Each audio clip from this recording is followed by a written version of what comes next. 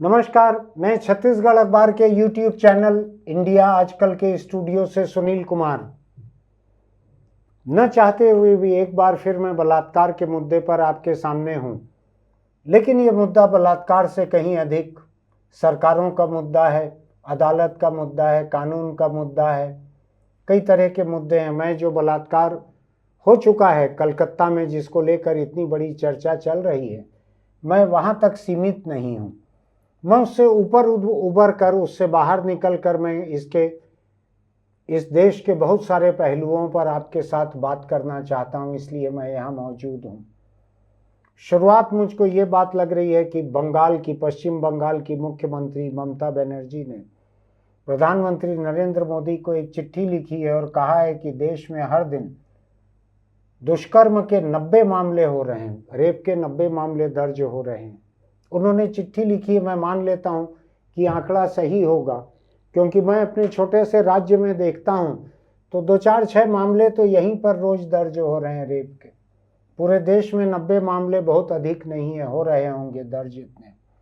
ममता बनर्जी ने मांग की है कि कड़ा कानून बनाया जाए। बड़ी अच्छी बात है। नेताओं को जब कभी जरूरत लगती है जनता को रुझाने की, जनता को लुभाने की, तो कहते हैं कानून को कड़ा बनाया जाए। बलात्कार को लेकर देश के बहुत सारे राज्य जो हैं, अलग अलग पार्टियों के राज वाले, उन्होंने पिछले वर्षों में कानून को कड़ा बनाया है। ये निर्भया कांड जब हुआ था दिल्ली में, उसके बाद से जो देश हिला हुआ था, हिंदुस्तान के लोगों की सामूहिक चेतना कांप गई थी, अगर सामूहिक चेतना नाम की कोई चीज होती है तो। और राज्यों ने ये कानून बनाया था कि सामूहिक बलात्कार पर मौत की सजा जोड़ी जाए, नाबालिग से बलात्कार पर मौत की सजा जोड़ी जाए। अलग अलग राज्यों ने अपने स्तर पर तय किया था। अभी पश्चिम बंगाल की राजधानी कोलकाता के एक सरकारी मेडिकल कॉलेज हॉस्पिटल में ड्यूटी पर जो चिकित्सा छात्रा थी, उसके साथ जिस तरह का बलात्कार हुआ, जिस तरह से उसकी हत्या हुई, जिस तरह से उसको चोट पहुंचाई गई, जो पोस्टमार्टम रिपोर्ट है, जो हालात है, सब कुछ बड़ा डरावने वाला है। ऐसे में ममता बनर्जी की लिखी हुई इस चिट्ठी को गंभीरता से इसलिए लेना चाहिए कि उन्होंने प्रधानमंत्री से और अधिक कड़े कानून की मांग की है। ममता बनर्जी के शायद भतीजे ही होते हैं। उनकी पार्टी तृणमूल कांग्रेस के महासचिव हैं अभिषेक बनर्जी, शायद उनके घर की पार्टी ही है, उसमें घर के ही उनके भतीजे अभिषेक बनर्जी हैं महासचिव। उन्होंने कहा है कि यौन उत्पीड़न के मामलों में 50 दिनों के भीतर सजा अनिवार्य की जाए, 50 दिनों में सजा अनिवार्य कर दी जाए। उनकी मांग ठीक हो सकती है, क्योंकि पश्चिम बंगाल, जहां पर उनकी पार्टी का राज है, वहां पर पुलिस ने, वहां पर भीड़ ने, जिसमें लोगों का कहना है कि तृणमूल कांग्रेस की ही भीड़ थी, सत्तारूढ़ पार्टी की, उसने जिस अंदाज में सबूत तबाह किए हैं, उसने जिस अंदाज में इस बलात्कार और हत्या के खिलाफ प्रदर्शन कर रहे, धरना दे रहे छात्र छात्राओं को, डॉक्टरों को रात में घुसकर मेडिकल कॉलेज हॉस्पिटल में 7,000 लोगों की भीड़ ने जिस तरह से मारा है, जिसको देखकर सुप्रीम कोर्ट भी हिला हुआ है, तो मुझको लगता है कि ये अभिषेक बनर्जी की ये बात सही है कि 50 दिनों के भीतर सजा होनी चाहिए। क्योंकि 50 दिन में सजा नहीं हो पाएगी तो छूट जाएंगे लोग, और 50 दिन में सजा ना हो, इसका इंतजाम अभिषेक बनर्जी की पार्टी, उनकी सरकार, उनकी पुलिस बंगाल में कर दे रही है कि सबूतों को नष्ट कर दे रही है, गवाहों को धमका दे रही है। शायद कहा गया है दूसरे डॉक्टरों से, तुम्हारा भी वही हाल होगा जो मरी है, और प्रदर्शन करो, ऐसा कहा गया है। मैं ममता बनर्जी, मुख्यमंत्री ममता बनर्जी की बात पर आता हूं। क्या कानून कड़ा बनाया जाए? 7 साल से बढ़ा के 10 साल की सजा कर देंगे। अगर पुलिस टूट पड़ी है ममता बनर्जी की, सबूत नष्ट कर दिए जाएं, बलात्कारी गिरफ्तार न किए जाएं, जहां कहीं बलात्कार हो रहा है उसको विपक्षी लोगों पे तोहमत डाल दी जाए, ये कह दिया जाए कि ये राजनीतिक साजिश है, तो सजा को कड़ा करने से क्या होगा? हिंदुस्तान में बड़ा लुभावना नारा रहता है, सजा कड़ी कर दी जाए। लोग ये मान लेते हैं कि उन्होंने सजा कड़ी दिला दी है, सरकारों की नीयत नहीं रहती है सजा दिलाने की। बहुत सारे मामलों में बड़े बड़े मुजरिम बच जाते हैं। मैं नहीं जानता ये जानकारी सही है कि नहीं, लेकिन देश की एक महिला पहलवान जो अभी ओलंपिक से लौटी है, उसका एक ट्वीट मुझको देखने मिला है। जिन महिला पहलवानों ने एक बड़े नेता के ऊपर, कुश्ती महासंघ के अध्यक्ष के ऊपर यौन शोषण के आरोप लगाए थे, अभी अदालत में उनकी गवाही शुरू होनी है, उनकी पुलिस सुरक्षा हटा दी गई। पुलिस सुरक्षा हटा दी गई है उनकी, ऐसा ट्वीट किया है उन्होंने। मुझको अभी तक खंडन देखने नहीं मिला है उसका। हो सकता है झूठ बोल रही हूँ, मैं जिम्मेदार नहीं हूँ उसके लिए, मैं तो नाम से कह रहा हूँ कि उन्होंने ऐसा कहा है कि जो शिकायत करता है, जो गवाह हैं, उनकी पुलिस सुरक्षा हटा दी गई है। अदालत की सुनवाई चलती। और ये मामला, इसमें एफआईआर तब हुआ था जब सुप्रीम कोर्ट ने दिल्ली पुलिस को फटकार लगाई थी। लाठी लेकर सुप्रीम कोर्ट के जज खड़े हो गए थे कि एफआईआर दर्ज करो, तब जाकर दिल्ली पुलिस ने एफआईआर दर्ज की थी इस मामले में।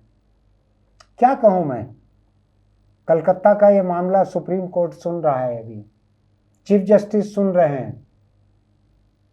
आपको मालूम है आज क्या हुआ है वहां पे? अभी कुछ देर पहले की बात है। ममता बनर्जी सरकार, बंगाल सरकार का वकील सुप्रीम कोर्ट में कपिल सिब्बल है। देश का नामी गिरामी वकील है, एक वक्त कांग्रेस का केंद्रीय मंत्री था और कांग्रेस का सांसद भी रहा। अब कांग्रेस छोड़कर शायद किसका, समाजवादी पार्टी का सांसद है। कांग्रेस छोड़ दी कपिल सिब्बल ने। वो ममता बनर्जी सरकार का वकील है। मुझको कोई दिक्कत नहीं है, हर मुजरिम को एक वकील पाने का हक रहता है। मैं तो चाहता हूँ बलात्कारी जितने हैं उनके भी वकील बनने से सबको इनकार नहीं करना चाहिए। हर किसी को वकील मिलना चाहिए, चाहे जो भी जुर्म उन्होंने किया हो। इसलिए ममता बनर्जी सरकार को भी एक वकील मिलना था। उन्होंने काबिल और महंगा वकील किया है कपिल सिब्बल को। आज जब सुप्रीम कोर्ट में चीफ जस्टिस के बेंच में जिस मामले को चीफ जस्टिस ने स्वयं होकर शुरू किया है, सुप्रीम कोर्ट में खुद होकर शुरू किया है, उसमें महिला डॉक्टर से बलात्कार और हत्या के मामला चल रहा था, उस पर चर्चा चल रही थी। आपको मालूम है ममता सरकार का वकील क्या कर रहा था उस समय? हंस रहा था जोर जोर से। कपिल सिब्बल जोर जोर से हंस रहा था। सीबीआई के वकील ने इस पर आपत्ति की कि हत्या और बलात्कार या बलात्कार और हत्या का मामला है, हम गंभीर बात कर रहे हैं, आप हंस रहे हो इसके ऊपर। आखिरी में आपको मालूम है चीफ जस्टिस चंद्रचूड़ को फटकारना पड़ा, कपिल सिब्बल को फटकारना पड़ा, कपिल सिब्बल को जो देश का कानून मंत्री भी रह चुका है एक समय। फटकारना पड़ा कि ऐसे मामले में आप हंस रहे हो, शर्म नहीं आ रही है जरा भी? मुझको शब्द याद नहीं है क्या थे चीफ जस्टिस के। मैं जो कपिल सिब्बल को बिना किसी सम्मान के उसका जो बोल रहा हूँ, सोच समझ के बोल रहा हूँ, मेरे मन में सम्मान नहीं निकल रहा है। चाहे वो सांसद हो, मेरा क्या लेना देना। अगर बलात्कार और हत्या के किसी मामले में, ऐसा मामला जिसमें देश हिला हुआ है, उसकी सुनवाई के बीच आप जोर जोर से हंस रहे हो। पता नहीं, एक कोई कविता थी, मुझको ठीक से नहीं मालूम है क्या कविता थी। एक कविता मुझको याद पड़ रही है, मुझको खुद को याद नहीं थी। मैंने कविता प्रेमी एक दोस्त से पूछा है। चंद्रकांत देवताले की एक कविता थी, लकड़ बग्घा हंस रहा है। मृतकों के परिवारों को लकड़ बग्घा देखकर हंस रहा है, इस तरह की कुछ कविता है। मैं नहीं जानता उन्होंने किस संदर्भ में लिखा है, लेकिन पता नहीं क्यों कपिल सिब्बल के हंसने को देखकर मुझको यही लाइन याद आई, लकड़ बग्घा हंस रहा है। मैं हालांकि एक बात बतलाऊं आपको, मैं जंगल में अगर किसी अदालत में अगर मामले की सुनवाई होगी और लकड़ बग्घा अगर वकील रहेगा, तो बलात्कार और हत्या के ऐसे मामले में लकड़ बग्घा वकील की पोशाक में रहते हुए भी नहीं हंसेगा। इतना मैं आपको बता सकता हूँ, जो कपिल सिब्बल कर रहा है अभी। खैर, ये निहायत फिजूल की बात है। कि सजा कड़ी कर देने से बलात्कार कम होंगे। बलात्कार कम तब होंगे जब सत्तारूढ़ पार्टियां अपनी अपनी सरकार के राज में बलात्कारियों को बचाने की कोशिश करना बंद करेंगी। जब राजनीतिक दल अपने अपने चहेते पसंदीदा, अपने चिरागदीन अपने नेताओं से ये पूछेंगी कि तुमने क्यों बलात्कार किया, तुमने क्यों छेड़खानी की। जब अपने पसंदीदा बलात्कारियों को पार्टी से निलंबित करेंगी, पार्टी से निष्कासित करेंगी, जब उसे ओहदों से हटाएंगी, जब कुर्सी से हटाएंगी, तब जाकर बलात्कार कम हो सकते हैं। जब तक सत्तारूढ़ पार्टियां, क्या नाम था उसका, मैं भूल रहा हूं थोड़ा सा, क्या नाम था वो महिला पहलवानों ने जिसके खिलाफ शिकायत की थी, क्या कहते हैं उसको, बृजभूषण शरण सिंह, ऐसे कुछ नाम था। आपको अगर कहीं दिखेगा कि बीजेपी ने, पार्टी के राष्ट्रीय अध्यक्ष ने, प्रधानमंत्री ने उसके खिलाफ कुछ कहा हो, ऐसा अगर दिखेगा तो मुझको भी बताइएगा। मुझको नहीं मिल पाया है ऐसा। कहाँ से बलात्कार कम होंगे, कहाँ से यौन शोषण कम होगा? जगह जगह अपने चहेते लोग हैं। मैं देखता हूं कि बड़े बड़े अफसर, बड़े बड़े सांसद, विधायक, एक आंकड़ा मैं कल या परसों देख रहा था कि पश्चिम बंगाल में 14-15 शायद सांसद विधायक ऐसे हैं जिनके ऊपर यौन शोषण के आरोप लगे हुए हैं, मुकदमे चल रहे हैं। कहाँ से कम होगा? आप कानून को कड़ा बना दो, कितना भी कड़ा बना दो कानून को, उससे कोई बलात्कार, यौन शोषण या दूसरे जुर्म रुकेंगे? अगर पूरी की पूरी सत्ता की ताकत, किसी संगठन की ताकत, किसी धर्म की ताकत अगर अपने मुजरिमों को बचाने में लग जाएगी, उससे बलात्कार रुकेंगे? मन दहल जाता है मेरा ये देखकर कि ये देश फर्जी वालों में, फर्जी नारों में उलझ जाता है इतनी आसानी से। लोगों को लगता है कि सरकार गंभीर है बलात्कार रोकने के लिए। मैं एक बार फिर चलते चलते एक लाइन में इस बात को शुरू करके खत्म करना चाहता हूं। जिस देश के सुप्रीम कोर्ट के चीफ जस्टिस के ऊपर यौन शोषण के आरोप लगे और वो खुद ही सुनवाई करने बैठ जाए और उसके बगल में उसकी बेंच पर दूसरे जज भी बैठ जाएं, जिसके ऊपर तोहमत लगी है, आरोप लगे हैं, वही आरोपी अपने मामले की सुनवाई का मुखिया बन गया। कहां से देश में बलात्कार कम हो जाएंगे? लगा लो, कानून बना लो, 10 साल की जगह 24 साल या 240 साल की सजा कर दो। सजा बढ़ाने से कोई जुर्म कम होते हैं? जब सरकारों की, अदालतों की कोई नीयत रहे जुर्म घटाने की, तभी नीयत कम होते हैं। कम से कम सुप्रीम कोर्ट की नीयत उस एक दिन नहीं थी जिस दिन जस्टिस रंजन गोगोई अपने मामले की सुनवाई करने के लिए, अपने खिलाफ यौन शोषण की शिकायत को सुनने के लिए बेंच का मुखिया बनकर बैठ गया था और उसके साथ बैठने में 2, 3, 4, 5 पता नहीं कितने जज और थे, किसी को शर्म नहीं आई। कहां से बलात्कार इस देश में कम होंगे? जो अभिषेक बनर्जी और ममता बनर्जी गिना रहे हैं। अभिषेक बनर्जी कह रहे हैं कि जितने दिन से ये कोलकाता की महिला डॉक्टर के साथ बलात्कार और हत्या का समाचार बना हुआ है खबरों में, इतने दिन में देश भर में 900 ऐसी घटनाएं और हुई हैं। वो कह रहे हैं तो मैं मान लेता हूं कि 900 ऐसी घटनाएं हुई होगी, क्योंकि उनकी बुआ कह रही है कि 90 घटनाएं रोज हो रही हैं। गिना होगा, बुआ भतीजे ने बैठकर गिना होगा, ये 900 घटनाएं हो चुकी हैं ऐसी। और मेरा ये मानना है कि अगर राजनीतिक दल, सत्तारूढ़ पार्टी और सत्ता के अफसर और जज अगर ये तय कर लें कि बलात्कार नहीं होने देंगे देश में, तो शायद आधा चौथाई तो रह जाए, वरना तमाम बातें बोगस हैं। ये तमाम बातें जो हैं श्मशान वैराग्य की तरह हैं। चूंकि आज एक बलात्कार चर्चा में है इतना, इसलिए हर कोई अपने हाथ धो रहे हैं बहती गंगा में। हर कोई शोहरत में कुछ हासिल करना चाहते हैं, हर कोई बताना चाहते हैं कि वो बहुत गंभीर हैं इस मामले में। धेले की गंभीरता नहीं है इस बात में।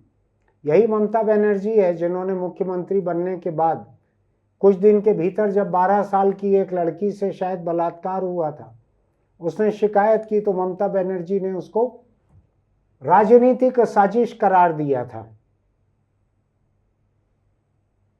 और जो भाजपा, जो शिवसेना महाराष्ट्र में आंदोलन कर रहे थे कि बंगाल में ऐसा हो रहा है, उस महाराष्ट्र में 2 दिन 4 दिन के भीतर स्कूल में 3 साल 4 साल की बच्चियों के साथ बलात्कार हुआ। स्कूल में वहीं के कर्मचारी ने किया।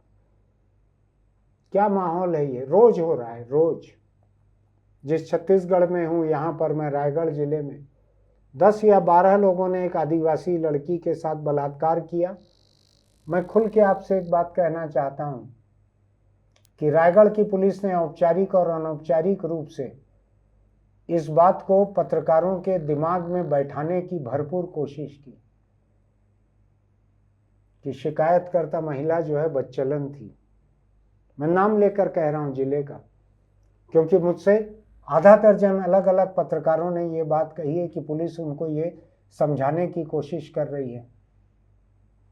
एक महिला, अगर मैं कहता हूं बदचलन भी थी, मान लीजिए वो पेशा भी करती थी, क्या पेशा करने वाली महिला को बलात्कार और सामूहिक बलात्कार की शिकायत करने का हक नहीं है? वो पेशा करती है, अपना देह बेचती है, उसके देह को लूटने का किसका हक है? सराफे में एक दुकानदार गहने बेचने के लिए बैठा हुआ है, तो बेचने बैठा है ना, आप जाके लूट के ले आओ उसको और कहो कि वो तो बेचने के लिए बैठा था, तो हमने लूट लिया तो क्या बुरा किया? आप एक महिला को बदचलन साबित कर रहे हो। क्या उसने 10-12 लोगों को जंगल में अपना बदन बेचना तय किया था, जो आप साबित करना चाहते हो? मैं नाम लेकर कह रहा हूं पुलिस का, किस जिले की पुलिस, रायगढ़ जिले की पुलिस ने लोगों को ये भरमाने की कोशिश की है कि उस महिला का चाल चलन ठीक नहीं था। मैं बार बार आपसे कह रहा हूं कि कानून आप कितना कड़ा कर दो, अगर नेता, अफसर, जज, अगर इनका रुख ठीक नहीं रहेगा, कोई बलात्कारी सजा पाने वाला नहीं है। अभी 900 मामले आए हैं इतने दिनों में, 90 मामले रोज बतला रहे हैं, बुआ भतीजा बतला रहे हैं कि 90 मामले रोज हो रहे हैं देश में बलात्कार और यौन शोषण के। ये 90 से 180 हो जाएंगे, बढ़ते चले जाएंगे आंकड़े। मैं आज सवेरे एक अंतर्राष्ट्रीय रेडियो पर पॉडकास्ट सुन रहा था। हिंदुस्तान में बलात्कार को लेकर हक्का बक्का है दुनिया। सोचते रहिए कि ये क्या चल रहा है। मैं थोड़ा सा इससे हट के दूसरे मामले पे आता हूं। महिला डॉक्टर और नर्स की सुरक्षा, ये एक बड़ा मुद्दा बना हुआ है चारों तरफ। क्या किया जाए, कैसे इनकी हिफाजत की जाए? ऐसे में मेरे पास खबर यह है, छत्तीसगढ़ के स्वास्थ्य मंत्री राजधानी रायपुर के मेडिकल कॉलेज हॉस्पिटल में पहुंचे। श्याम बिहारी जायसवाल मंत्री हैं। उन्होंने देखा कि कैसी सुरक्षा व्यवस्था है, कैसे डॉक्टर नर्स काम कर रहे हैं। उन्होंने वहां पर यह घोषणा की है, कल सुबह की बात है, उन्होंने वहां पर यह घोषणा की है। उनकी घोषणा मैं पढ़ के सुनाता हूं आपको। उन्होंने कहा कि फौज के रिटायर्ड फौजियों को हथियार बंद करके मेडिकल कॉलेज हॉस्पिटलों में तैनात किया जाएगा। क्या इससे डॉक्टरों पे, नर्सों पे हमले रुकेंगे? क्या इससे बलात्कार की घटनाएं रुकेगी? सरकार का जो रुख रहता है, मैं उसको बताने की कोशिश कर रहा हूं। मंत्री को ये बहुत अच्छा लग रहा है कि रिटायर्ड फौजियों को हम बंदूक देकर तैनात करेंगे अस्पताल में हिफाजत करने के लिए, डॉक्टरों की, नर्सों की। ये किस्सा कहानी पिछले कई दिनों से चल रहा है सोशल मीडिया पर। कई लोग लिख रहे हैं रिटायर्ड फौजियों के हवाले कर दी जाए महिला डॉक्टरों की सुरक्षा। लोगों को ये नहीं मालूम है कि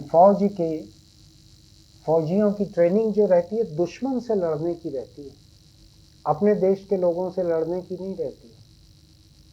आज जब बलात्कार और डॉक्टरों पर हमला और डॉक्टर की हत्या खबरों में है, सभी लोग इस चर्चा में अपने को जोड़कर एक शोहरत पाना चाहते हैं, उसका एक हिस्सा मुझको भी मिले।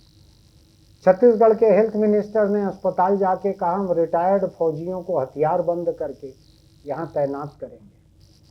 एक फौजी हथियार से क्या करेंगे? अगर वहाँ पे लोग आएंगे भीड़ हमला करेगी अगर लोगों के ऊपर, मान लीजिए डॉक्टर को ही मारेंगे, नर्स या कंपाउंडर को मारेगी अगर भीड़ 10-20 लोग आएंगे। हालांकि मुझको छत्तीसगढ़ के अस्पतालों में इतने बड़े बहुत सारे हमले याद नहीं पड़ रहे हैं कि जहां पर बंदूकधारी फौजी की जरूरत पड़े, रिटायर्ड फौजी की। फिर भी मैं मान लेता हूं कि कभी कभी हमले होते हैं तो एक रिटायर्ड फौजी वहां अपने बंदूक के साथ क्या करेंगे, क्या करेंगे वो? क्या 10-20 लोग जो मारपीट कर रहे हैं डॉक्टरों से उन पे गोली चलाएंगे? गोली चलाएंगे? क्या एक बंदूक की मौजूदगी में हिंसा नहीं होगी? इसी छत्तीसगढ़ में बलौदाबाजार जिले में अभी कुछ हफ्ते पहले जो हिंसा हुई है, जिसमें कलेक्ट्रेट, एसपी ऑफिस सबको जला दिया गया, वो तो ऑफिस ही एसपी का था, कलेक्ट्रेट था। वहां कितने हथियारबंद लोग नहीं रहे होंगे वहां पे? क्या आप अपने देश की भीड़ पर इतने आसानी से गोली चला सकते हैं? क्या चला पाई बलौदाबाजार में पुलिस गोली? क्या अस्पताल में डॉक्टरों से मारपीट करने वाला, या मैं ये कहता हूं कि कोई बलात्कार की कोशिश ही कोई करता है अगर किसी से, क्या रिटायर्ड फौजी उस पर गोली चलाएंगे? क्या बात कर रहे हैं आप? आप लोकतंत्र में सार्वजनिक सरकारी जगहों पर आप रिटायर्ड फौजी को बंदूक देकर आप तैनात करना चाहते हैं? ये कोई हिफाजत की बात होगी? हिंदुस्तान के लोगों में लोकतांत्रिक समझ कमजोर है, इसलिए लोग ऐसी बातों को सुन लेते हैं, इनके ऊपर खुश हो लेते हैं कि सरकार फौजी तैनात करेगी, वहां पे रिटायर्ड फौजी बंदूक लेकर हिफाजत करेंगे महिला डॉक्टर और नर्सों की। मैं जानता हूं कि इस तरह की कमजोर समझ है जो है लोकतंत्र के बारे में, ये समय समय पे दिखती है। मैंने देखा है अपने शहर में, जब वोटिंग होने वाले रहती है किसी चुनाव में, पूरी तरह से शांत है ये शहर, एक कट्टा भी नहीं चलता है किसी चुनाव में, कोई किसी को चाकू भी नहीं मारते हैं चुनाव में, कोई हत्या हिंसा कुछ नहीं होती है, कोई बूथ नहीं लूटा जाता है, कोई ईवीएम मशीन नहीं लूटी जाती है। वहां पर पुलिस फोर्स एक दिन पहले गाड़ियों में सवार होकर सामने गाड़ी के ऊपर मशीन गन टांगी जाती है, मशीन गन तैनात की जाती है, सजाई जाती है ऊपर, उसको लेकर सिपाही वहां पर रहते हैं मशीन गन चलाने के अंदाज में, और पूरे शहर में परेड होती है ऐसी, पूरे शहर में हथियारों की नुमाइश होती है, पुलिस की ताकत की नुमाइश होती है। किस लिए होती है? आप लोकतंत्र में किसको इतने हथियार दिखा रहे हो? जिस मशीन गन को आप दिखा रहे हो, क्या उस मशीन गन को आप चला सकते हो अपने देश की जनता के ऊपर? किसने हक दिया है उस मशीन गन को अपने देश की जनता के ऊपर चलाने का, जिसकी नुमाइश आप शहरों में करते हो? ये फौजी, रिटायर्ड फौजी, जिनकी पूरी ट्रेनिंग, जिनकी पूरी जिंदगी दुश्मन पे हथियार चलाने की है, जो देश के भीतर की जो पुलिस रहती है उसकी ट्रेनिंग रहती है अपने देश के लोग हिंसक हो जाएं तो उनसे जूझने की, फौज की ट्रेनिंग रहती है दुश्मन पे हथियार चलाने की। दोनों में बड़ा फर्क रहता है। समझ नहीं है हमारे लोगों में। मंत्री बोल रहे हैं कि फौजी को तैनात करेंगे यहाँ पे, रिटायर्ड फौजी को। वो क्या करेंगे यहाँ पे? कोई पाकिस्तानी, चीनी, ये लोग आकर रायपुर मेडिकल कॉलेज हॉस्पिटल पे हमला करेंगे, जो एक फौजी ज्यादा कारगर रहेगा उनके ऊपर? क्या बात कर रहे हैं लोकतंत्र में आप? ये किसको डरा रहे हैं हथियार बंदूक दिखाकर? अरे सरकार अपनी नीयत साफ कर ले, सरकार बलात्कारियों को बचाना बंद कर दे। मैं केवल छत्तीसगढ़ की बीजेपी सरकार की बात नहीं कर रहा हूं, मैं पूरे देश में जहां जिस पार्टी की सरकार है उसकी बात कर रहा हूं। अपने अपने पसंदीदा चहेते, अपने लाड़ले बलात्कारियों को आप बचाना बंद कर दीजिए, तो बंद हो जाएंगे बलात्कार, कम हो जाएंगे। ये नेताओं के कारण, ये राजनीतिक दलों के कारण इतने बढ़ रहे हैं बलात्कार। इन चार को ये बचाना चाहते हैं, उन चार को वो बचाना चाहते हैं। अब देखिएगा ट्विटर पर जाकर विनेश फोगाट ने क्या ट्वीट किया है कि जिन लड़कियों की गवाही होने वाली है इस केस में, उनसे पुलिस सुरक्षा वापस ले ली गई है। मैं नहीं जानता वो सिरे से झूठ बोल रही हैं कि क्या, आप देखिएगा, आप पता लगाइएगा। मुझको उसका कोई खंडन देखने नहीं मिला है अभी तक। तो मैं कुल मिलाकर ये कहना चाहता हूं कि बलात्कार जैसे मामले को एक नुमाइश का सामान न बना दिया जाए। कि उधर यूपी में समाजवादी पार्टी के आजम खां कह रहे हैं कि ये बलात्कार का आरोप साजिश है। सुप्रीम कोर्ट ने कटघरे में घुटने पे खड़ा करवा दिया था, मैं केवल जुबानी बातचीत में कह रहा हूं, घुटने पे खड़ा करवा दिया था और माफी मंगवाई थी आजम खां से, माफी मांगो इसको नहीं तो जेल जाओ। तब माफी मांगी थी उन्होंने। कोई 12 साल की बच्ची थी, कुछ था। जो पार्टी रहे, सबके नेताओं का यही हाल है। मैं अभी दूसरी बात देख रहा हूं, मेरे सामने खबर है कलकत्ता की। सीबीआई जांच कर रही है अभी कलकत्ता के इस बलात्कार और हत्या के मामले की। कोलकाता हाई कोर्ट ने सीबीआई को दी है ये जांच। सीबीआई के हवाले से ये कहा गया है कि जो मुख्य बलात्कारी है उसमें संजय राय नाम का, उसके मनोविश्लेषण साइको एनालिटिक जांच जो उसकी हुई है, उससे पता लगता है, सीबीआई सूत्रों के मुताबिक पता लगता है कि संजय राय एक पशु प्रवृत्ति जैसी यौन विकृत से ग्रस्त शख्स है। पशु प्रवृत्ति क्या चीज होती है? पशु प्रवृत्ति थोड़ा मैं भी समझ लूं सीबीआई से, उनके मनोवैज्ञानिकों से, क्या चीज है पशु प्रवृत्ति? मैंने बहुत सारे पशुओं के बहुत सारे किस्से देखे हैं। पशुओं के यौन आचरण के बारे में भी मैंने पढ़ा है। उनके जो मीटिंग सीजन रहते हैं उसमें मादा के साथ नर क्या करते हैं, कई चीजें मैंने देखी है। मैंने आज तक ऐसा नहीं देखा है कि 10 पशु मिलके किसी मादा पर, 10 नर पशु मिलके किसी मादा पर सामूहिक बलात्कार करते हैं फिर उसकी हत्या कर देते हैं। मैंने नहीं देखा है। आपने देखा होगा तो आप इसको पशु प्रवृत्ति मान लीजिए। ये खालिस इंसानी प्रवृत्ति है, ये खालिस इंसान पर लागू होता है।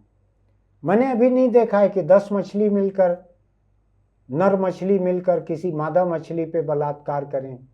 मैंने 10 हिरण मिलकर, नर हिरण किसी एक मादा हिरण पर बलात्कार कर लें। मैंने तो पशुओं में यह देखा है, आपको पता है, जो मोर पंख फैलाकर नाचता है उसकी क्या वजह है आपको पता है? नर रहता है वो, नर, और पंख फैलाकर, अपने खूबसूरत पंख फैलाकर वो इसलिए नाचता है कि रिझा रिझा कर, नाच नाच कर, रिझा रिझा कर वह अपनी मादा को आकर्षित करता है।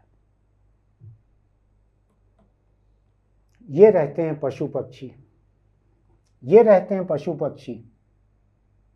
आपने कहीं भी मुर्गा आपके आसपास घूमते होंगे, आपने कभी देखा है कि 4 मुर्गे मिलकर किसी मुर्गी पर बलात्कार करते हैं, उसके बाद उसको कत्ल कर देते हैं? देखा है आपने कहीं? ये मनोविश्लेषक सीबीआई के, इनके हवाले से खबर है जो कह रही है पशु जैसी यौन विकृति से ग्रस्त है, जानवर गाली देने का सामान है। मैं टुकड़ा टुकड़ा अलग अलग खबरों पे डोल रहा हूं इधर उधर, बुरा मत मानिएगा, क्योंकि इस मुद्दे पर जितनी खबरें हैं उनको लेकर मैं बात कर रहा हूं। आपने कभी देखा है लकड़बग्घा हंस रहा हो? एक कविता में लिखा है चंद्रकांत देवताले ने, लेकिन अभी कभी आपने किसी के दुख दर्द पे लकड़बग्घे को हंसते देखा है? मैंने इंसान को हंसते देखा है। सुप्रीम कोर्ट में कपिल सिब्बल को चीफ जस्टिस ने भी देखा है, चीफ जस्टिस ने फटकारा है। आप जानवरों को गाली देते हैं, जानवरों से मिसाल, जानवरों की मिसाल देते हैं बार बार इंसानों की सबसे भयानक हरकतों को सही ठहराने के लिए कि जानवर जैसा है। कोलकाता के मेडिकल कॉलेज, सरकारी मेडिकल कॉलेज का जो प्रिंसिपल था अब हट गया है वहां से। सीबीआई जांच कर रही है उसकी, पॉलीग्राफ टेस्ट करवाने वाली है सच झूठ का। जितने तरह के जुर्म उसने किए हैं ऐसा लग रहा है प्रिंसिपल ने, सरकारी कॉलेज के, मेडिकल कॉलेज के। आपको लगता है कि कोई भी जानवर इतने तरह के जुर्म करते होंगे? कोई जानवर इंसान जितने जुर्म नहीं करते। इसलिए बातचीत में कहीं हो तो मेहरबानी करके जानवरों की मिसाल देना बंद कर दीजिए। लोग आस्तीन के सांप कहते हैं, आस्तीन का सांप निकला, ये इंसान की कल्पना है। कौन अपने आस्तीन में सांप रखते हैं? सांप क्या, गिलहरी भी नहीं रखते हैं लोग, गेंगरवा भी नहीं रखते हैं, केंचुआ जिसको कहते हैं। तो गाली देने का सिलसिला मन को खट्टा कर रहा है कि इंसान अपने सबसे बुरे जुर्म को सही ठहराने के लिए जानवरों की मिसाल दे रहा है। ये बातचीत अंतहीन चल सकती है, लेकिन मैं उतना लंबा ले जाना नहीं चाहता हूं। मैं याद दिलाना चाहता हूं सरकारों को, राजनीतिक दलों को, नेताओं को और बड़े अफसरों को, अपने भीतर के बलात्कारियों को बचाना बंद कर दो। एक बात जान लेना, जिन बलात्कारियों को आज तुम बचा रहे हो, कल के दिन ये छुट्टे और खुले घूमते रहेंगे तो ये उसी हवा में सांस लेंगे जिस हवा में तुम्हारे घर परिवार के लोग भी रहेंगे। धरती को इतना खतरनाक बना के मत छोड़ो, अपने देश को, अपने प्रदेश को, शहर को इतना खतरनाक बना के मत छोड़ो। जो बलात्कार का जुर्म करके भी बच रहा है, उसका और बलात्कार करने का हौसला खत्म नहीं होगा। ममता बनर्जी चाहे 90 बलात्कार प्रतिदिन गिना दे, चाहे उनका भतीजा कोलकाता मेडिकल कॉलेज के बलात्कार के बाद से 900 बलात्कार गिना दे, इससे क्या फर्क पड़ता है अगर आप अपने प्रदेश में अपने पसंदीदा, अपनी पार्टी के बलात्कारियों को बचा रहे हैं। जगह जगह का यही रोना है। शायद ही कोई राजनीतिक दल ऐसा हो जो अपने बलात्कारी को बचाने की कोशिश न करता हो। मैंने तो देखा है कि छत्तीसगढ़ में रमन सिंह की सरकार के समय के जो बलात्कारी थे, उनको भूपेश बघेल की सरकार ने भी 5 साल बचा कर रखा था। मैं नाम लेकर कह रहा हूं दोनों सरकार का। रमन सिंह की बीजेपी की सरकार के समय के बलात्कारी को भूपेश बघेल ने भी 5 साल बचा कर रखा था, कांग्रेस के थे मुख्यमंत्री। यही हरकतें हैं जिनकी वजह से बलात्कार बढ़ते हैं। आप फौज को तैनात कर दो, आप रिटायर्ड को क्यों, आप असली फौजी को ले आओ, तैनात कर दो उसको। आप केंद्र सरकार को कहो कि अग्निवीर जो हैं 4 साल के, उनको 4 साल के लिए हमारे मेडिकल कॉलेज में दे दो। ये भी हो सकता है कि जो रिटायर्ड फौजी कह रहे हैं, तो ये मेडिकल कॉलेज अस्पतालों के नाम पे 10 हैं शायद छत्तीसगढ़ में। लेकिन सवाल ये है कि इनका खर्च कहाँ से आएगा? क्या ये अपनी जनता के ऊपर गोली चलाने को तैनात किए जाएंगे? क्या इनकी बंदूक देखकर लोग डर जाएंगे इतना? तो बैंक को लूटना नहीं था, बलौदा बाजार एसपी ऑफिस कलेक्ट्रेट को जलना नहीं था। बंदूक का ऐसा कोई आतंक नहीं है यहाँ पे। यहाँ की पुलिस अपनी जनता के ऊपर, भीड़ के ऊपर बंदूक नहीं चला सकती। वो बंदूक खुद पुलिस और डॉक्टर नर्स के जान के लिए खतरा बन जाएगी वहां पर। आप अपने देश के भीतर अपने लोगों के बीच में एक हथियारबंद लड़ाई छेड़ना चाहते हैं क्या? मैं यहाँ पे याद दिलाना चाहता हूँ, जिन मेडिकल कॉलेज अस्पतालों में आप रिटायर्ड फौजी को हथियार बंद करके रखना चाहते हैं चौकसी पे, उन मेडिकल कॉलेज अस्पतालों का क्या हाल है? वहाँ की प्रयोगशालाओं में मरीजों के नमूनों का जांच करने के लिए रिएजेंट नहीं है, जो रसायन रहते हैं उसके पैकेट नहीं है। मशीनें पड़ी हुई है, डॉक्टर है, टेक्नीशियन है, रिएजेंट नहीं है। तो जांच के लिए आप बाहर भेज रहे हैं निजी अस्पतालों में मरीजों को, पैसा भी लग रहा है, समय भी बर्बाद हो रहा है, मरीज को लेकर दौड़ भाग कर रहे हैं घर वाले। करोड़ों रुपए की मशीनें, जहां मैं बोल रहा हूं जिस स्टूडियो में, आधा किलोमीटर दूर मेडिकल कॉलेज अस्पताल है, आधा किलोमीटर दूर। करोड़ों की मशीनें गंभीर जांच के लिए खरीदी हुई रखी हुई है। कब की खरीदी हुई रखी है? रमन सिंह गवर्नमेंट के समय की खरीदी हुई मशीनें, करोड़ों रुपए की, शायद 20 करोड़ की तो 2 मशीनें ही हैं। 5 साल के भूपेश बघेल सरकार में खुली भी नहीं है मशीनें। किस लिए? कांग्रेस सरकार का कहना था कि उस वक्त के स्वास्थ्य मंत्री अजय चंद्राकर ने नियमों के खिलाफ जाके मशीनों की खरीदी की थी। मैं नहीं जानता नियमों के खिलाफ थी यानी क्या कार्रवाई की भूपेश बघेल सरकार ने, मुझको नहीं मालूम है, लेकिन मशीनें अभी तक बंद हैं। सब आरंटी गारंटी वारंटी सब निकल चुकी होगी, खत्म हो चुकी होगी। अब वो कबाड़ की तरह वो मशीनें रह गई हैं।